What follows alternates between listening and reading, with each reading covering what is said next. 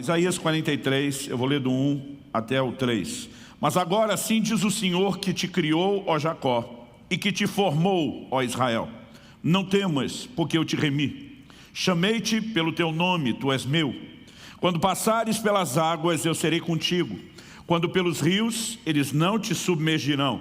Quando passares pelo fogo, não te queimarás, e nem a chama arderá em ti. Porque eu sou o Senhor, teu Deus, o Santo de Israel, o teu Salvador. Meu Deus, declaramos nossa confiança e dependência no Senhor, na ação do Teu Espírito, para que a Tua Palavra não apenas proporcione informação, mas, ó Deus, que ela proporcione despertamento, que ela traga luz, entendimento, como diz a Tua própria Palavra, a Tua própria Escritura. Mas oramos que ela também desperte a fé, desperte-nos para, ó Deus, uma medida prática, uma resposta pragmática para aquilo que receberemos do Senhor. Nós oramos em nome de Jesus. Amém. Bom, a palavra de Deus diz que o justo viverá da sua fé. Nós não apenas experimentamos a salvação, e quando falo de salvação, obviamente inclui em primeiro lugar toda a perspectiva eterna da obra que Cristo fez, mas nós também precisamos reconhecer que a fé, ela vai proporcionar impacto na forma como vivemos a nossa vida terrena. Eu sei que existe muitas vezes deturpações do Evangelho ou da sua aplicação que vão ganhando alguns contornos humanistas, antropocêntricos, e algo que eu costumo dizer é a declaração de Paulo em 1 Coríntios 15, 19, quando ele diz: se é só para essa vida que esperamos em Cristo, nós somos de todos os homens os mais dignos de lástima. Uma outra tradução diz, os mais infelizes. No entanto, quando Paulo diz, se é só para essa vida que esperamos, ele está dizendo que é errado não projetar a vida eterna. No entanto, ele não está dizendo que o Evangelho, que deveria ter como foco principal a característica no eterno, que ele não tem benefícios, por assim dizer, que ele não tem efeitos colaterais bons, obviamente, aqui na nossa vida terrena. Por exemplo, quando Paulo fala a respeito de piedade, ele começa dizendo, escrevendo a Timóteo, o exercício físico para pouco proveita, mas a piedade para tudo é proveitosa, porque tem a promessa dessa vida e da que há de vir. Quando ele está comparando, é como se fosse uma balança romana, os dois pratos, e diz, a piedade é bem mais proveitosa, tem bem mais peso. Mas ao dizer o exercício físico para pouco proveita, ele não está dizendo que não tem nenhum proveito. No entanto, eu durante muito tempo li esse versículo quase como se Paulo tivesse dito, não tem nenhum proveito. Ele diz, a piedade sim é proveitosa, porque além de te abençoar aqui na terra, ela vai garantir os seus resultados eternos. O exercício só te ajuda aqui na terra, mas tem proveito. Obviamente, nunca estará no patamar da piedade que diz respeito à vida eterna, mas ele tem proveito. E muitas vezes nós pensamos na fé e com medo de incorrer nesse desvio que muitos acabam cometendo, de usar a fé quase como se fosse um meio de solucionar apenas problemas terrenos, nós muitas vezes deixamos de reconhecer que apesar de focar na salvação eterna, a fé também tem efeitos colaterais nessa vida terrena. Nós podemos viver intervenções de Deus no meio de circunstâncias adversas, no meio de problemas que enfrentaremos, e na verdade precisamos entender que, de acordo com as Escrituras, as pessoas eram preparadas desde o início da sua conversão para lidar com essas questões. Estou falando isso porque nesse texto que nós lemos de Isaías, capítulo 43, quando Deus se revela no versículo 3, dizendo, eu sou o Senhor, teu Deus, o Santo de Israel, teu Salvador, a expressão Salvador para esse povo do Antigo Testamento não tinha esse conceito que eu e você temos hoje de salvação no sentido espiritual. Para eles, a palavra Salvador, ela significava simplesmente um libertador, alguém que veio ajudar, alguém que veio socorrer, alguém que veio oferecer livramento. Se uma pessoa está se afogando e outra vai salvá-la, nós precisamos entender que naquele caso era um livramento da morte. Nós não aplicaríamos esse salvamento com um sentido espiritual. Mas de alguma forma parece que se a gente lê Salvador ou salvação na Bíblia, para nós só tem o sentido espiritual. Deus estava dizendo, eu vou livrar você. Livrar você do quê? No versículo anterior, o 2, Deus diz, quando passares pelas águas, quando passares pelo fogo. Agora, note que ele não diz se você passar, ele diz quando. Porque ele está dizendo que é só uma questão de tempo e você vai passar. Passar pela água e pelo fogo eram situações que, alegoricamente, a título de exemplo, eram apresentadas como figuras de adversidades, de circunstâncias difíceis. Hoje nós não pensamos nisso quando imaginamos a questão da água, né? Por quê? Nós vivemos numa época em que qualquer dificuldade de transpor um rio, quando eu e você, por exemplo, estamos numa viagem, qualquer situação de locomoção, ou nós temos pontes ou boas embarcações garantidas. Não era a realidade deles. Por que o povo de Deus na Bíblia precisou que Deus operasse milagres como a abertura do Mar Vermelho, do Rio Jordão? Porque havia momentos onde qualquer travessia era muito perigosa e o risco de afogamento era, muito alto. Agora, Deus está dizendo, quando você passar pelas águas, elas não vão te afogar. Passar pelo fogo era uma impossibilidade para eles e continua sendo para nós ainda hoje. É o tipo de problema que, diferente da água, não está resolvido. Mas Deus estava dizendo, nessas circunstâncias, eu quero me revelar, teu Salvador. Eu quero intervir, eu quero livrar você. Então, quais são as garantias que nós temos? Que nós enfrentaremos adversidades. Porque, novamente, repito, ele não diz se você passar, ele diz quando. Então, é só uma questão de tempo. Você está na fila e vai chegar a sua vez. Outro dia um falou, está amarrado. Eu falei, pode amarrar, mas você está na fila e vai chegar a sua vez. Jesus disse em João 16:33, no mundo tereis aflições. Gente, isso é uma garantia, é praticamente uma promessa. Apesar da gente nunca ver o crente reivindicando, Senhor, eu tomo posse nessa manhã da minha cota de aflições, porque o Senhor prometeu. Outro dia um falou para mim, não pastor, esse é o tipo de promessa, eu não precisa nem crer, ela cumpre sozinha. Vem fácil, fácil.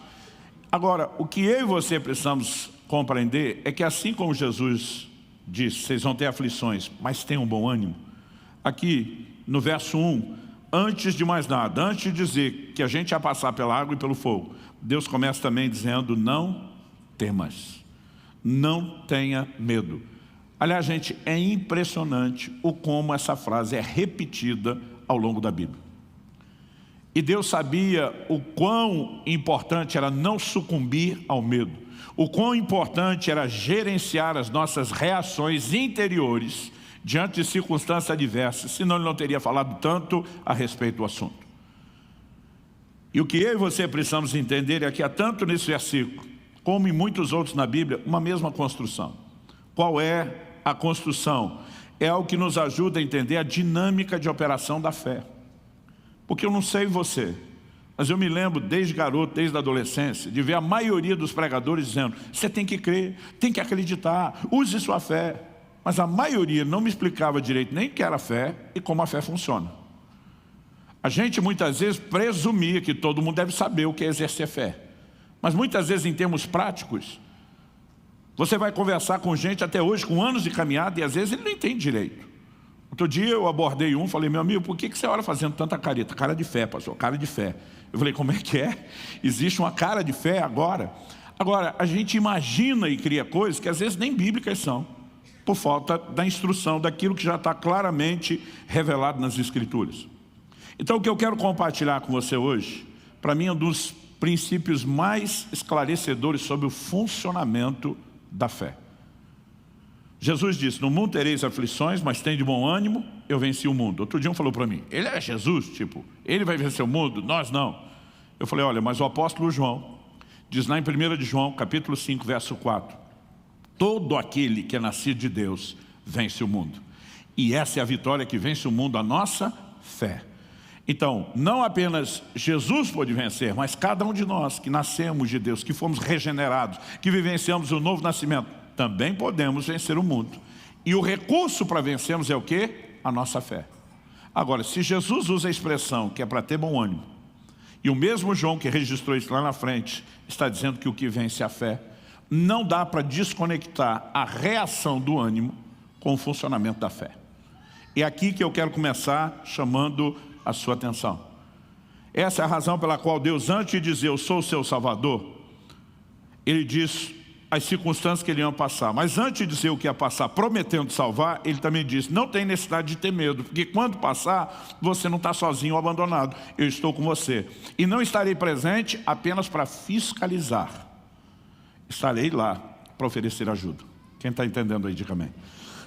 Então, basicamente, o que eu percebo ao olhar essas declarações bíblicas é que a fé, ela tem dois estágios bem distintos. O primeiro estágio da fé diz respeito ao que acontece dentro de nós, do lado de dentro. O segundo, que será inevitavelmente um desdobramento, um efeito colateral do primeiro, diz respeito ao que vai acontecer do lado de fora nas circunstâncias. A fé, ela não começa produzindo resultado do lado de fora nas circunstâncias, sem primeiro produzir resultado do lado de dentro, na maneira como nós lidamos, né, com as questões interiores.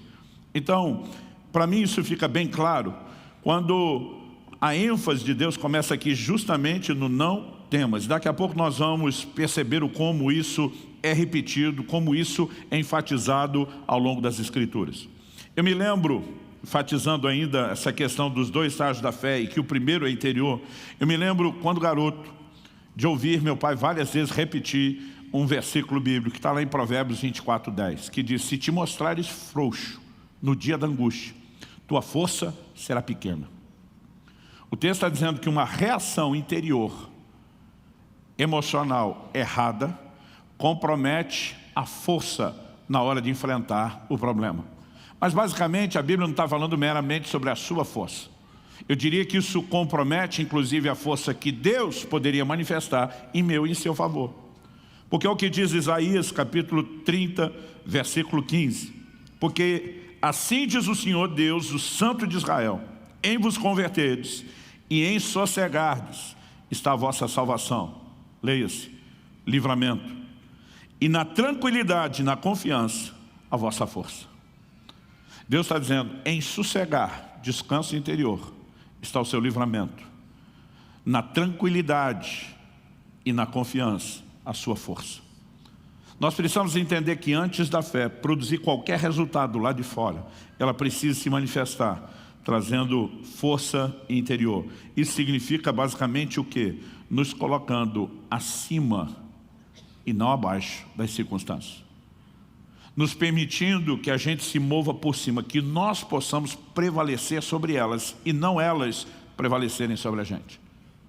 Aliás, se é um tema que eu possa dar a essa mensagem hoje, seria exatamente esse, prevalecendo sobre as circunstâncias.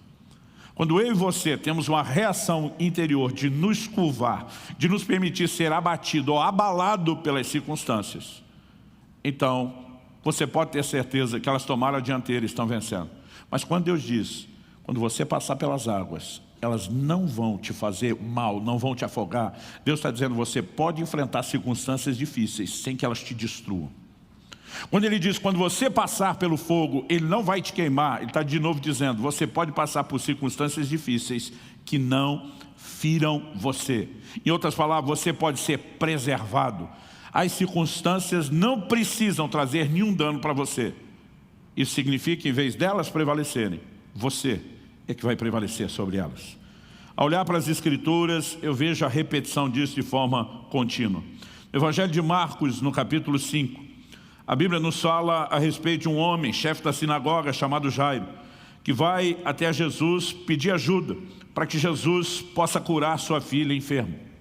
Versículo 35 de Marcos 5 diz assim, falava ele ainda, quando chegaram alguns da casa do chefe da sinagoga, a quem disseram, tua filha já morreu, por que ainda incomodas o mestre? O verso 36 diz, mas Jesus, sem acudir a tais palavras. Existem algumas coisas que não precisam ganhar a moral que muitas vezes damos para elas.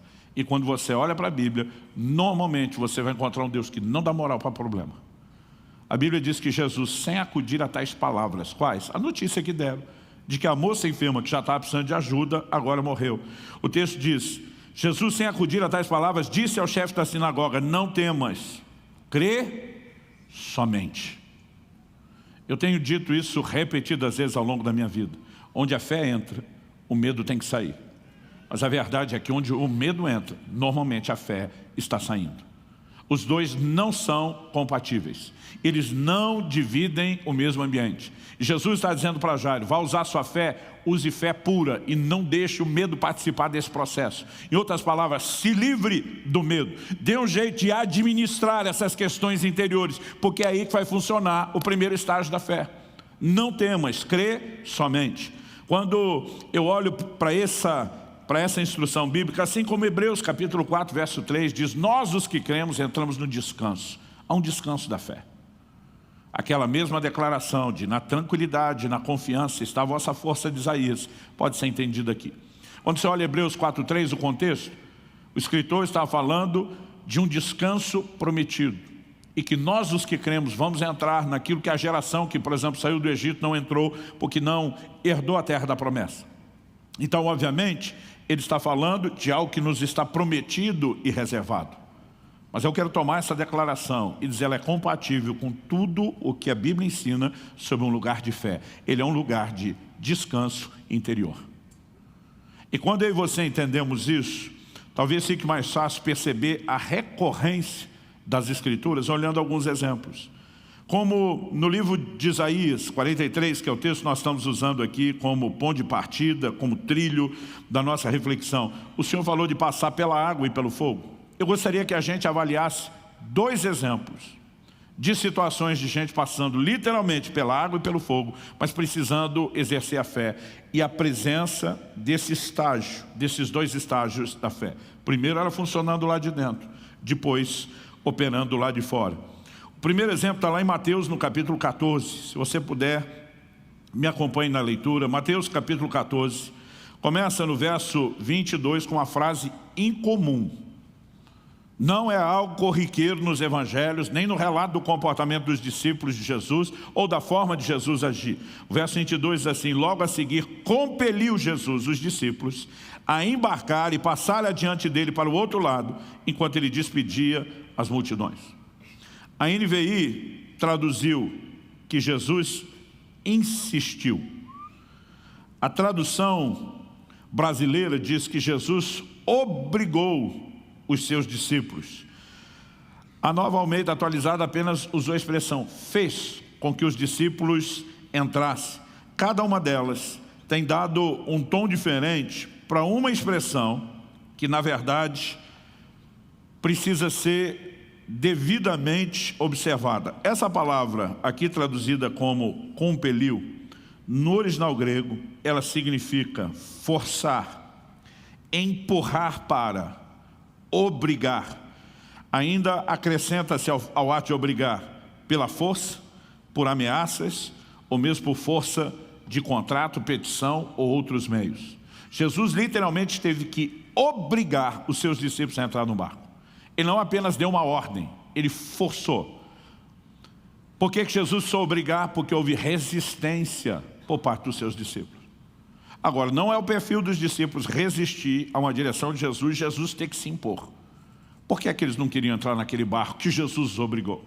Quando você lê a continuidade do texto, você descobre que eles enfrentaram uma tempestade. E uma tempestade não aparece de um minuto para outro sem dar prenúncios de que está chegando.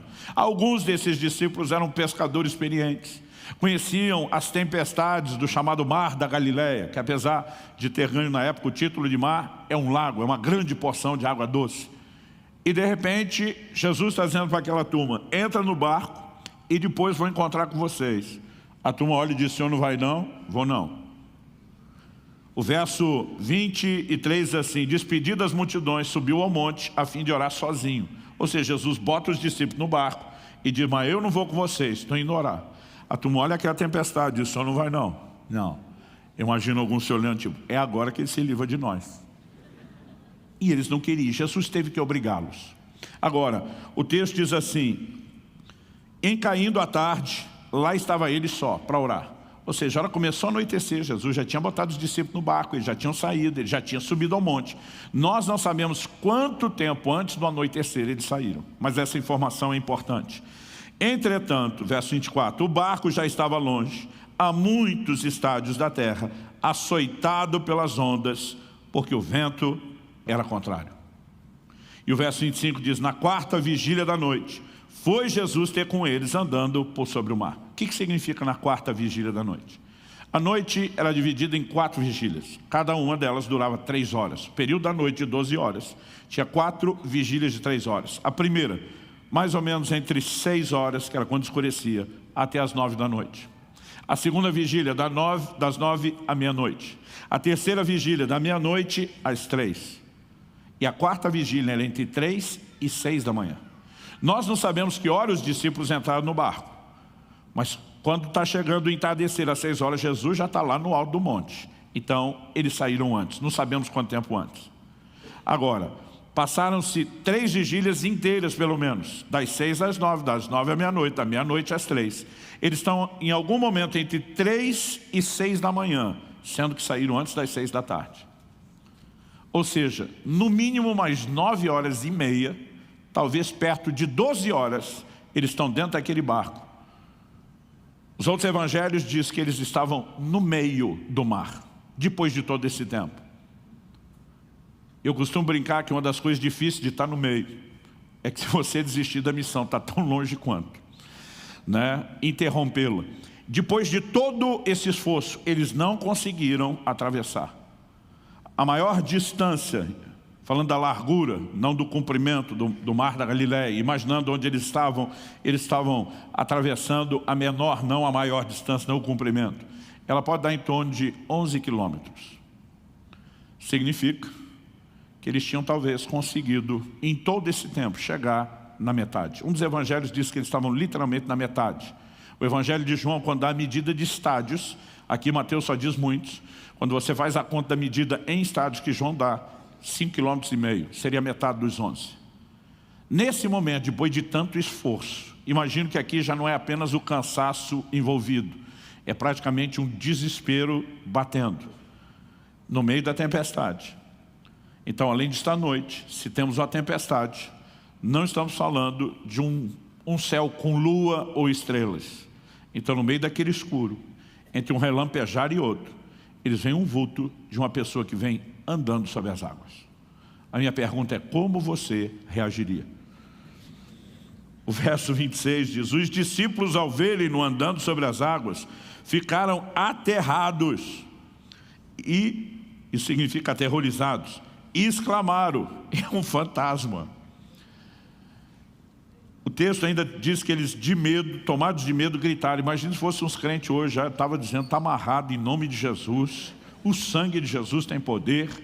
Dependendo de onde veio, o linguajar ter ou não ter mudado, já estava havendo uma pronúncia de um cruz credo, né? Eu não sei o que aconteceria conosco. Mas, gente, não se espera ver essa hora da madrugada uma pessoa andando sobre as águas. Primeira coisa que eles pensaram, é algo espiritual. O desespero toma conta deles. E o versículo 27 diz: mas Jesus imediatamente lhes disse. O que você diz a alguém nessa hora? E diz: tenham bom ânimo, sou eu, não temais. Quase sempre, em qualquer circunstância de adversidade, esse é o discurso divino, essa é a mensagem bíblica. Tenha bom ânimo, não tenha medo. No momento que Jesus faz essa declaração, a Bíblia diz, o verso 28, respondendo-lhe Pedro, diz, a gente acredita que pelo estilo de temperamento que Pedro tinha, que nós lemos nas entrelinhas, Pedro era o cara que pensava falando e falava pensando. É aquele tipo de gente que fala primeiro e às vezes até pensa depois, se não for ao mesmo tempo. Ele disse: és tu, Senhor Jesus, manda-me ter contigo sobre as águas. Honestamente, no meio de uma tempestade, você acha que essa é a melhor forma de checar a genuinidade da identidade revelada de Jesus? E Jesus apenas diz para ele: vem. E Pedro simplesmente se levanta naquele barco e diz: partiu o mar da Galileia. Eu fico imaginando, porque todo mundo fala mal do Pedro, gente. Mas o Pedro foi o mais doido e o mais arrojado de todos esses. A gente tem mania de chamar o Pedro de incrédulo, mas é fácil chamar alguém de incrédulo quando eu e você nunca teríamos saído do barco. Eu não sei se Tiago vira para João e diz: apóstolo, 2 denários que não dá 3 passos. Eu não sei como foi a reação dos outros, gente, mas ninguém se empolgou aí junto. E o texto nos mostra que Pedro andou sobre as águas. Então, verso 29, ele disse: vem, e Pedro, descendo do barco, andou por sobre as águas e foi ter com Jesus. Reparando, porém, na força do vento, teve medo. E começando a submergir, gritou: salva-me, Senhor. Aonde o medo entra, a fé sai. Aonde a fé entra, o medo sai. Jesus chega expulsando o medo e dizendo: não tenham medo, tenham bom ânimo. Pedro se enche de fé e diz: se o Senhor, que é o meu mestre, o meu discipulador, se move por sobre as tempestades da vida, eu quero me mover sobre elas do mesmo jeito que o Senhor. Jesus diz: nunca diz que é só para mim, vem Pedro. E Pedro simplesmente sai, entendendo que aquilo é para ele. Mas de repente ele começa a reparar no quê? Nas circunstâncias. Um dia alguém me perguntou: pastor, além da definição bíblica de fé, lá em Hebreus 11:1, de que a fé é a convicção de coisas que não se veem, certeza de coisas que se esperam, se o senhor tivesse que dar algum outro tipo de definição de fé, qual seria? E eu recorri a esse texto. Eu falei: fé é ficar olhando para Jesus na hora da tempestade. Mas se você quiser a minha definição de dúvida ou incredulidade, é olhar para a força do vento, em vez de ir para Jesus, na hora da adversidade. Nós precisamos entender que o foco no lugar errado. E num dos próximos domingos eu vou falar sobre visão de fé. Isso tem tudo a ver com ajustar o nosso foco. Um dos problemas é que ele nos chama a atenção para as circunstâncias, a ponto de nos amedrontar, de nos ferir, e nós deixamos que elas prevaleçam. Quando o primeiro estágio da fé significa eu e você temos que prevalecer sobre elas. Agora, enquanto a maioria fala mal de Pedro, eu estou no time dos admiradores. Quando Pedro começou a submergir, a Bíblia não diz que ele levou um caldo, que ele sumiu de uma hora para outra dentro d'água, né? Pedro sabia nadar, gente. O Evangelho de João diz que quando Jesus aparece na praia, ressuscitado, Pedro pula na água e vai nadando ao encontro do Senhor. Mas Pedro se recusou a voltar nadando para o barco. Ele falou: eu não vou abortar o sobrenatural. Eu não vou perder aquilo que eu comecei a experimentar. E nessa hora ele fez a oração mais rápido que um crente pode fazer na vida. Daquelas que nem dá tempo de enfeitar Deus, de Abraão, Isaac e Jacó. Ele só diz: socorro, salva-me, Senhor.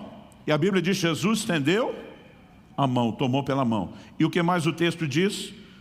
Verso 31, prontamente Jesus estendendo a mão tomou e lhe disse: homem de pequena fé, por que duvidaste? Reparar na força do vento, permitir ter medo, é definido por Jesus como dúvida.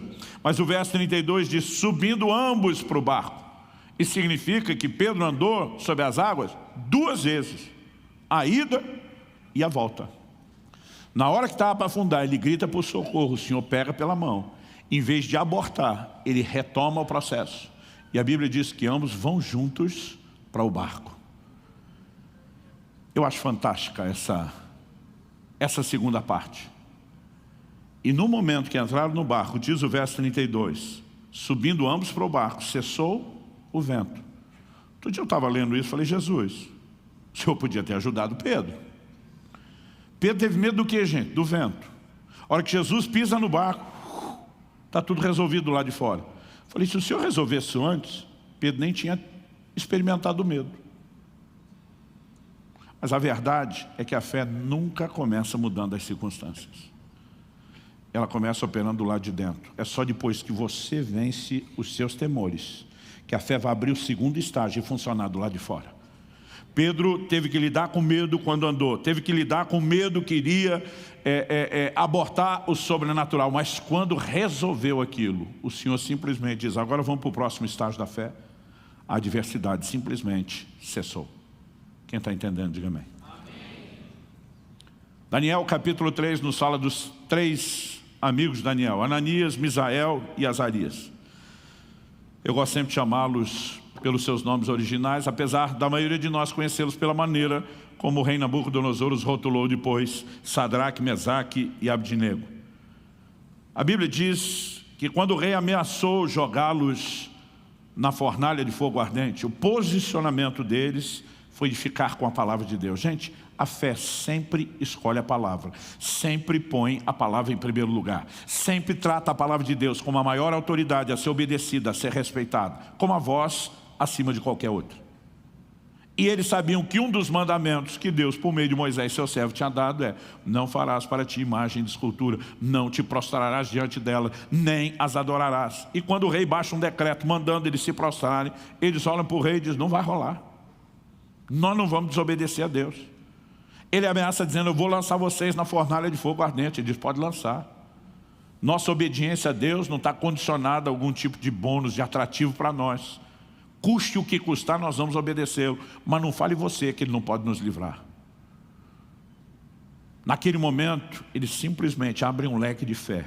Deus pode inclusive nos livrar da tua mão, pode nos livrar da fornalha. O que é que aconteceu? Você conhece a história. Mas eu amo o resumo de Hebreus capítulo 11, verso 34. Que diz que alguns pela fé apagaram a força do fogo. Se você olhar para o que aconteceu, eles não apagaram o fogo. A fornalha continua acesa. Mas eles apagaram a força do fogo, porque o fogo não podia queimá-los. Particularmente eu entendo que foi exatamente isso que Deus falou. Quando passares pelo fogo, Ele não te queimará. A chama não arderá em você.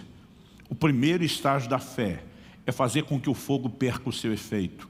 Depois, ou você vai apagá-lo, ou vai sair da fornalha. E o que significa isso? Significa que eu e você não nos curvamos diante dos temores que normalmente as circunstâncias nos proporcionam. Eu lembro de uma ocasião que eu fui visitar um irmão da igreja, logo no meu primeiro ou segundo ano pastorado. Eu ainda era muito novo na caminhada. Eu lembro de um dia que passei uma visita rápida, eu estava inclusive no negócio dele, não era nem na casa. Falei, e aí meu amigo, passei para ver como é que está a fé. A resposta dele, sem nem pensar, foi, que fé? Eu falei, como é que é? Aí ele viu o jeito que ele tinha falado. Não, é que o senhor sabe, tem fé para circunstâncias, tem fé para salvação. Mas a resposta dele é de quem estava desanimadíssimo. Eu falei, agora que você fez distinção entre um e outro, eu quero saber das duas. Aí ele falou, pastor, honestamente, não vou ficar tapando o sol com a peneira, não. Ele falou, fé para circunstâncias está ruim. Até quando eu vejo a luz no fim do túnel, eu acho que é o trem que entrou para me pegar. Eu falei, e a fé para a salvação? Ele falou, essa está um pouquinho pior. Estou tentando acreditar na doutrina da repescagem, para subir em segunda chamada. Porque a primeira, com certeza, eu já não vou. Gente, eu saí daquele lugar precisando de oração. Tem gente que além de desanimado se torna desanimador. Porque se a fé vem por ouvir, nós falamos semana passada que a dúvida também vem, dependendo de quem você der ouvidos. Mas eu lembro que num curto espaço de tempo eu encontrei outro irmão da igreja, estava enfrentando a dificuldade, mas um perrengue daqueles de alto nível. E quando eu encontrei ele, falei, e aí meu querido, tudo bem? Você já percebeu que às vezes a gente pergunta tudo bem só por hábito, você nem quer ouvir a resposta. Ou não está esperando que a pessoa vai responder. Ele, glória a Deus, pastor, tudo bem. Ele estava tão empolgado, falei, aquela situação resolveu? Ainda não, mas é só uma questão de tempo. Aquele problema está com os dias contados. E você via a linguagem daquele cara, ele estava na fornalha, mas ele já tinha apagado a força do fogo. Alguma coisa tinha sido resolvida do lado de dentro. O primeiro estágio da fé estava funcionando. E eu sabia, eu fiquei esperando, que não demorou para acontecer. O segundo estágio funcionou depois, mudando as circunstâncias. Sabe, algo que eu e você precisamos de fato entender e compreender é que a fé ela se firma na palavra de Deus.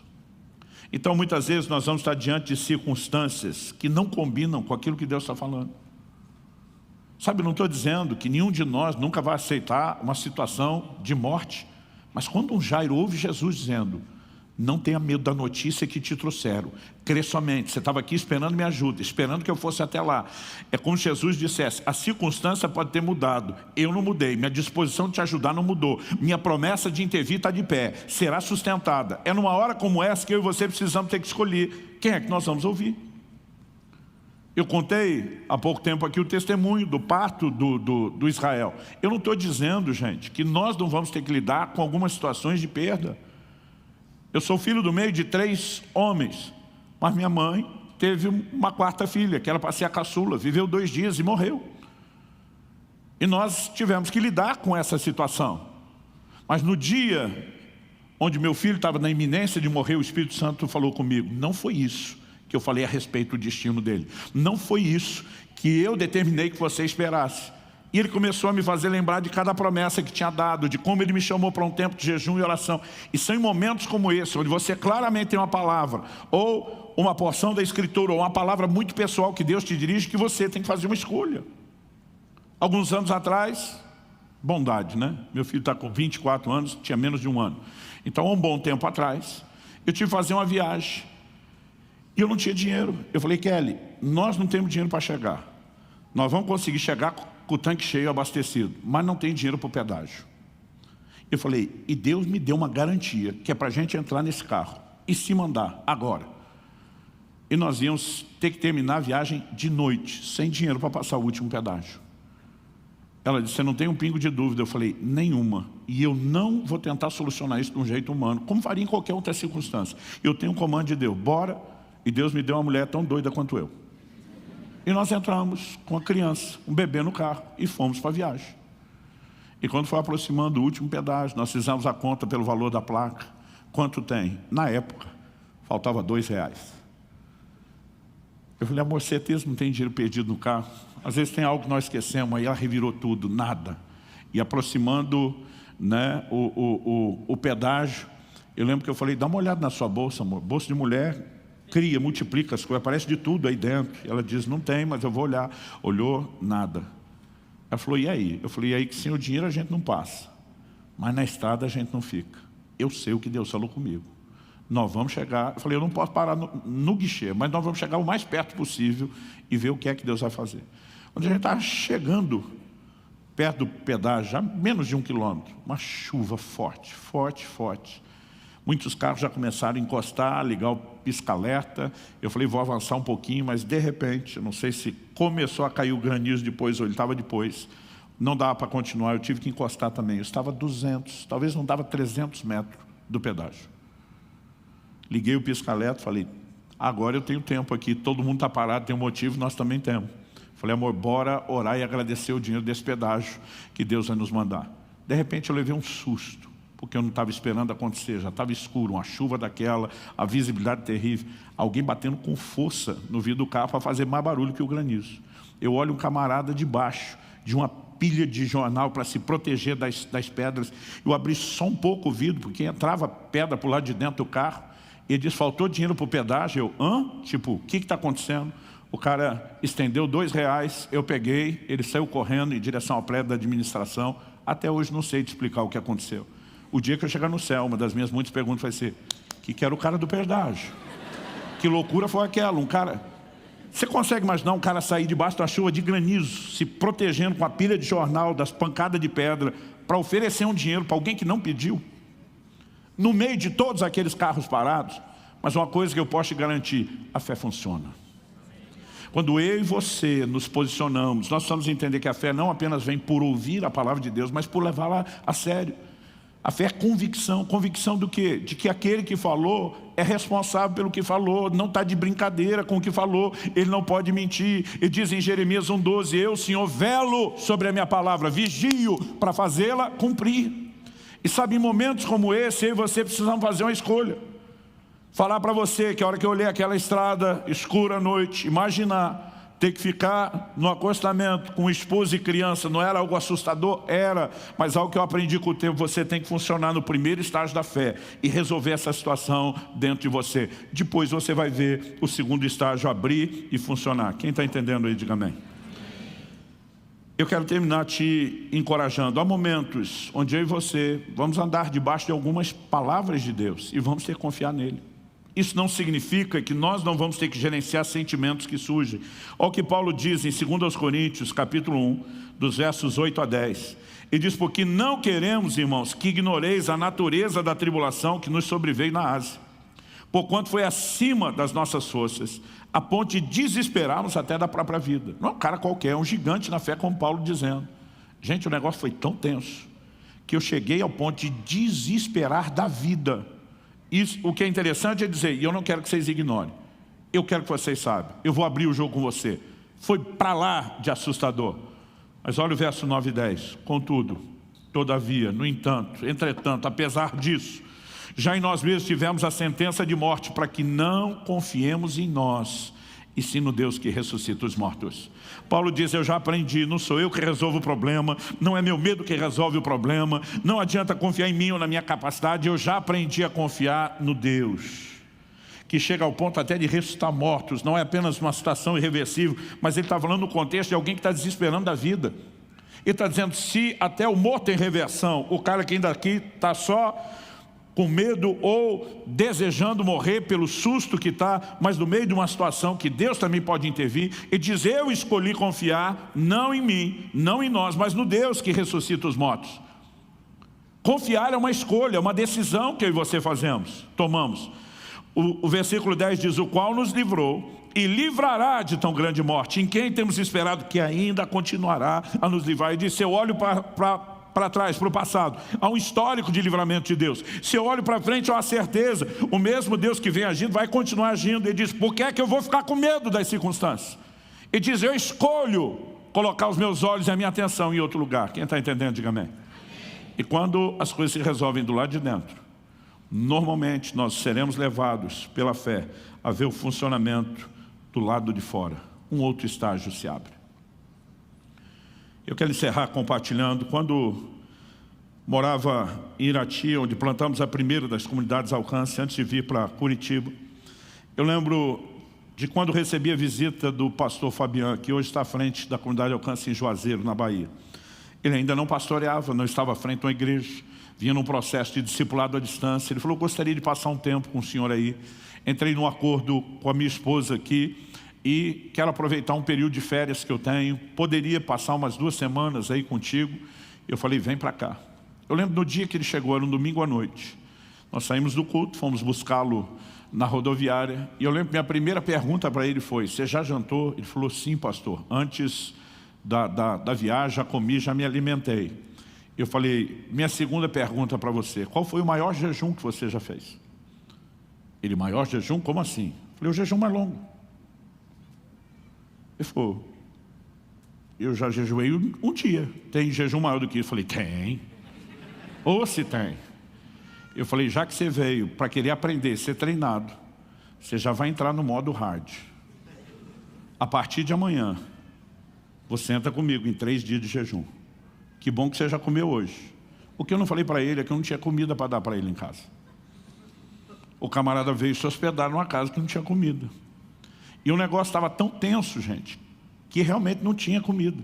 Eu falei para Kelly, eu vou jejuar. Porque meu maior desafio não é a comida. É uma conta que depois do 3º dia de jejum eu tenho que pagar. Era uma conta do ministério. Nós tínhamos na época uma revista que a gente bancava a impressão, bancava o correio, mandava estudo de graça para as pessoas e dependia de milagre para pagar. E eu estava diante de um desafio. E eu falei para Kelly, eu vou jejuar. Você aproveita a hora do almoço, visita os irmãos, talvez alguns da nossa equipe, dá de comer para as crianças, nem que seja uma vez por dia vocês, eu vou para o jejum. E o Fabiano não está sabendo de nada, mas no 3º dia em casa, que ele já estava mais à vontade, eu acho que ele começou a fazer planos para quebrar o jejum. E eu lembro do momento que ele foi e abriu a geladeira. Quando ele abriu, eu lembro até hoje do grito, com o sotaque peculiar do Fabiano. Pastor, essa geladeira está virada num coco. Eu falei, o quê? Num coco. Falei, o coco entendi, não entendi a analogia. Só tem água dentro. Branco e água, é um coco.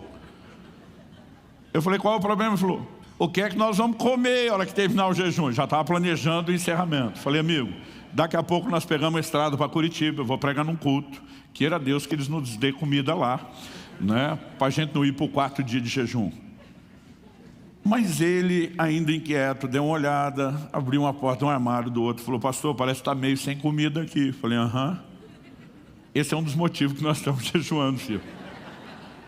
Nós não temos nem como quebrar o jejum se Deus não fizer um milagre. Aí ele, meu Deus. Eu falei, cara, mas tudo que você me ouve contar à distância, você vai poder viver junto comigo, você é uma testemunha em loco. Eu estou tão feliz que você está aqui. Aí nós viemos, pregamos na igreja. Eu lembro que no final ele falou, pastor, pelo amor de Deus, qual o valor da conta que você vai pagar amanhã? Eu falei, 5.000 e tantos reais. Era 5.000 uns quebradinhos. Aí ele falou assim, me deixa contar o que vendeu de livro? Eu falei, você que está com o envelope aí, fica à vontade. Aí ele contou, ele disse, Senhor da glória. Eu falei, o que foi? Ele falou, é muito pouco. Te deram alguma oferta? Eu falei, alguém me deu esse envelope, dá uma olhada aqui. Somando a venda do envelope, tinha 580 reais, alguma coisa assim.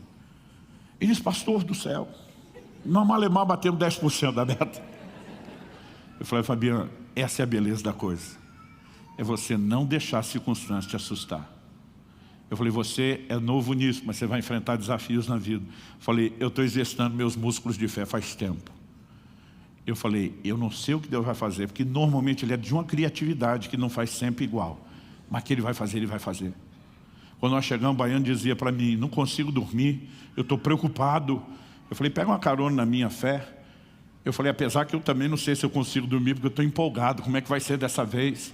Mas o dia seguinte, o telefone tocou, logo pela manhã, e ele me viu atender uma ligação. Era uma pessoa de outro país que estava no Brasil, e ela me ligou e falou, pastor, me perdoe fazer essa ligação, e não quero parecer, né, intruso, mas Deus me mandou fazer uma oferta para o senhor.